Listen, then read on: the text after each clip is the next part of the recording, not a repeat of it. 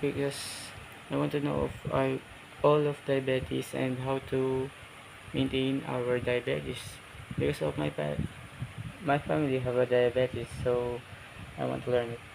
Diabetes is a common condition that affects people of all age. There are several forms of diabetes and type 2 of diabetes. And to manage to the condition of live healthy life, prevent of complication. And what is diabetes?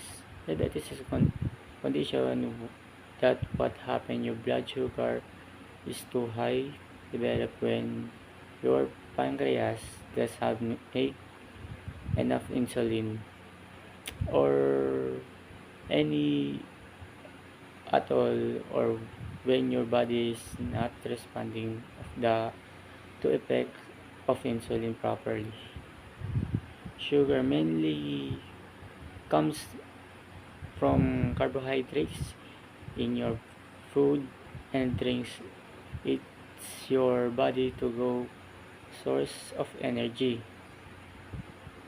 Glucose to all your, all your body to use your energy for your energy. There is a types of diabetes. Pre-diabetes, brittle diabetes, and latent autoimmune diabetes is in adults. And how condition and common diabetes? How common is diabetes? Diabetes is a common approximately 37.3 million people in the United States have a diabetes, which is about 11% of pollution. It's more important to talk how and what is the causes of diabetes. Too much is glucose is circulating in your body bloodstream causes diabetes regardless how types.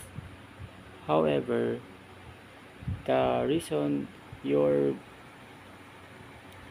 blood glucose level hides the dif- different difference.